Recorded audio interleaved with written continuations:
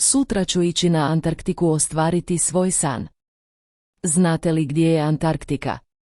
To je 7. kontinent, koji se nalazi na južnom polu. To je najhladniji kontinent na svijetu, temperatura je tamo dosegla -99 C. A najveća zabilježena brzina vjetra tamo prelazi 200 km/h. To je smrznuti kontinent. Tamo nitko ne živi osim znanstvenika koji tamo odlaze raditi znanstveno istraživanje i avanturista koji žele ostvariti posebne izazove. Kao ono što ću raditi sutra. Tamo ću se popeti na najviši vrh, Vinsonov masiv, koji je posljednji preostali vrh u mom projektu 7 vrhova. Izazov popeti se na najviši vrh na svakom kontinentu. Usponom na ovaj vrh postići ću svoj cilj da završim 7 vrhova i bit ću prvi Marokanac koji će to učiniti, nadam se. Bojim se ovog putovanja. Ali također sam uzbuđena. Bojim se jer se uvijek bojimo nepoznatog, jer nas uvijek tjera iz naše zone komfora. I uzbuđena jer želim upoznati ovaj novi svijet i istražiti ga. To su razlozi koji me čine energičnim i entuzijastičnim. Još se sjećam 2011. godine, kada sam završila uspon na skupinu marokanskih vrhova.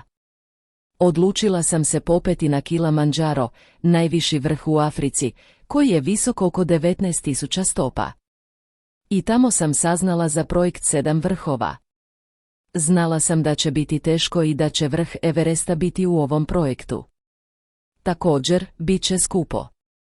Iako sam se o tome usudila sanjati i rekla, zašto ne? Pokušat ću vidjeti gdje ću stići. Pa, počela sam učiti kako se penjati na planine na Mont Blancu. Tako sam započela ovaj projekt i tamo sam postala samopouzdana. Te su planine bile poput velike škole koja me je naučila mnogo lekcija. Na Kilimandžaru sam naučila usuditi se i sanjati. U Elbrusu, u Europi, naučila sam kako biti strpljiva. Naučila sam da ne postoji neuspjeh kada sam otišla u Aconcagua, u Južnu Ameriku. U početku nisam uspjela, ali nisam odustajala, trudila sam se i onda sam se vratila i uspjela. U Denaliju, najvišem vrhu Sjeverne Amerike, naučila sam postavljati izazove. Naučila sam se suočiti s nepoznatim kad sam posjetila plemena Puncak Džeja kako bih se popela na vrh Carstenesse u Oceaniji. Ne poričem da sam u nekim točkama skoro izgubila samopouzdanje. Skoro sam odustala od svog sna, puno sam plakala. Ali uz strpljenje, volju i inzistiranje nastavila sam. Bilo je i financijskih izazova, jer sam morala pronaći nekoga tko će ulagati u mene, a to je stvarno bilo jako teško. Ovo me je naučilo kako plasirati svoju ideju. Naučila sam kako pronaći financijere i kako ih uvjeriti. Naravno, nitko ne može uspjeti sam. Uvijek je bilo puno ljudi koji su mi pomagali i podržavali me, sve dok nisam uspjela. Moja obitelj, moja glavna podrška. Suprug me podržao i pratio na Kilimandžaro i bazni kamp na Everestu. Moja obitelj mi je također pomogla. Ostavljala sam kćer kod njih i sigurna sam u nju. Sigurno je moja kći bila nezadovoljna dok sam putovala i ostavljala je samu. U početku je plakala, a to me je pogodilo, ona mi je bila najslabija točka. Osjećala sam se sebičnom osobom ostavljajući je samu na duže vrijeme. Ali da bismo uspjeli, moramo se žrtvovati. Kad sam se vratila, nadoknadila sam joj ljubav i nježnost. I sada je ponosna na svoju majku, zapravo majka joj je uzor. Everest je bio jedan od vrhova na koje se nisam fokusirala, budući da sam napredovala korak po korak. Svaki sam vrh smatrala vježbom za Everest. Kad sam osjetila da sam blizu uspona, počela sam se jedva pripremati. Odradila sam neke vježbe na Himalaji, zatim sam se popela na vrhove više od 23.000 stopa. Otišla sam u Alpe, Škotsku i Španjolsku. Radila sam i intenzivne pripreme, vježbala sam 3 do 4 sata dnevno. Nije bitna samo fizička snaga, važna je i mentalna snaga. Meditirala sam, bavila se jogom i usavršavala se. Znala sam da je penjanje na Everest stvarno teško i da su neki ljudi umrli pokušavajući se popeti na njega. Ali to me nije uplašilo. Jer umiremo kad moramo umrijeti. Stoga trebamo živjeti svoj život punim plućima. Putovanje Everestom trajalo je 2 mjeseca, travanj i svibanj 2017. Prvih mjesec dana je bilo za prilagodbu, jer smo se penjali uz brdo i spuštali dok se naše tijelo ne prilagodi visini, te nedostatku kisika i tlaka. U početku, dok sam prelazila padinu ledenjaka Kahumbu, koja je jedna od najopasnijih padina, bila sam jako uplašena. Onda sam to radila jer sam ga mnogo puta prešla. Također sam znala čuti zvuk lavina, pobjeći i ostaviti svoj šator da ih gledam. Zaista je čudno kako smo se mogli prilagoditi poteškoćama. Da bismo to učinili, samo moramo biti hrabri i dovoljno jaki da se suočimo s njima. Time ćemo otkriti koliko zapravo resursa imamo, kako možemo prijeći vlastita ograničenja, ali i ograničenja društva. Kad sam bila tamo, pokušavala sam živjeti trenutak. Pokušavala sam uživati u prekrasnim prirodnim prizorima. Tamo sam se osjećala stvarno zahvalnom. Teški uvjeti tjeraju nas da cijenimo vrijednost onoga što uvijek imamo, poput vode, hrane i kisika. Zbog dugog perioda provedenog u baznom kampu Everesta, upoznala sam grupu penjača iz cijeloga svijeta. Imala sam koristi od njihovih iskustava i proživila sam posebne trenutke s njima. To me naučilo kako su živjeti i cijeniti druge, daleko od njihove nacionalnosti, ili njihove religije, ili predrasuda. Nakon mjesec dana treninga, još smo čekali. Čekanje je teško, pogotovo u teškim uvjetima. Ali uvijek se moramo sjećati našeg cilja. Kad je vrijeme postalo prikladno, krenula sam sa svojim vodičem koji je uvijek u tom području. Penjali smo se dok nismo stigli do 4. kampa, 26.000 stopa visoko. Tamo počinje područje smrti, tamo je kisik 1/3 normalnog, ljudsko tijelo počinje vrlo brzo propadati. Stoga nije dobro tamo se dugo zadržavati jer se ni u snu nećete osjećati ugodno. Ne bismo tamo spavali jer smo te noći morali ići prema vrhu. Ali vjetar je bio tako jak. I pojavio se još jedan problem, mom vodiču se iznenada pokvario uređaj za kisik.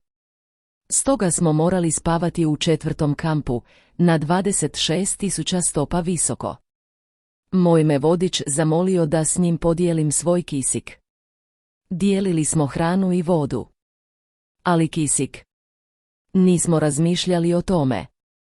Iako, nisam rekla ne jer je dijeljenje jedna od mojih najvažnijih vrijednosti, podijelili smo i kisik. Kao što znate, neuronske stanice umiru ako je nema kisika. Pa kad sam se ujutro probudila, pitala sam se mogu li razmišljati.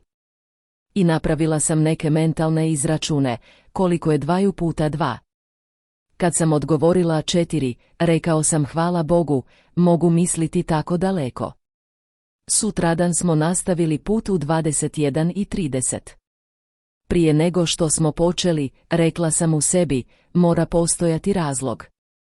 Jučer je vjetar bio jak i nitko nije stigao do vrha. I tu se pojavljuje važnost duhovne snage, budući da sam se potpuno predala svom Bogu. I rekla sam, sve što dobijemo od Boga je dobro. I dobili smo korist kad nismo otišli tu noć. Sutradan smo nastavili put u 21:30. Lempa mi se ugasila odmah kad sam počela hodati. Ali nisam odustajala, nastavila sam. Moje naočale, koje sam nosila da zaštitim oči, smrznule su mi se zbog hladnoće, jer je temperatura bila -22 Celzijeva stupnja. A i vjetar je bio jak. Skinula sam naočale i nastavila se penjati. Prolazila sam pored leševa, ali sam ih prošla i nastavila.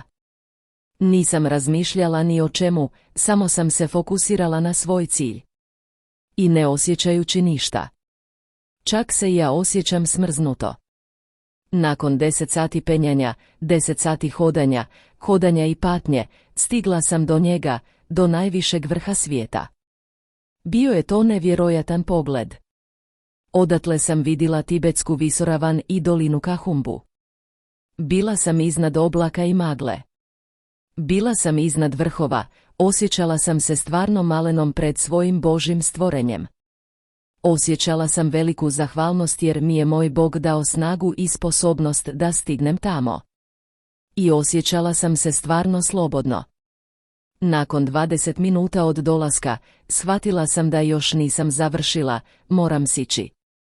80% nesreća događa se tijekom spuštanja, jer su ljudi bili jako uzbuđeni što su stigli.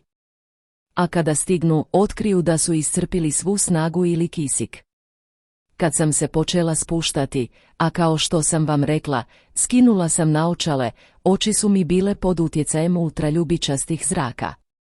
Nisam dobro vidjela, vid mi je bio maglovit. Pa sam se pitala mogu li se vratiti ili ne. Kad sam stigla do 4. logora, otkrila sam da su mi se vrhovi prstiju smrzli. Zasigurno, uspjeh nije lak. Da bismo uspjeli, moramo se žrtvovati i patiti. Sutra ću ići na Vinsan Massif. Naravno, nije visok kao Everest. Ali teško je jer se nalazi na Antarktici. Kao što sam već rekla, vremenski uvjeti su stvarno surovi. Sutra ću ići u Čile, od tamo ću početi. Zatim ću ići prema Punta Arenasu, najudaljenijoj točki Čilea. A odande ćemo odletjeti na Antarktiku, do Union glacijera. Onda ću se ukrcati na drugi avion tipa Twin Otter, da odem u bazni kamp u Vinsonu. A odatle ćemo krenuti hodati oko 10 dana, doći do vrha i vratiti se nazad. Dakle, najteža stvar na ovom vrhu su vremenski uvjeti. Tu su i tehnički faktori. No, kao i svaki drugi summit, težak je i trebali bismo se pripremiti za njega. Kao i svaki drugi uspon, postoje poteškoće, izazovi i lekcije koje treba naučiti.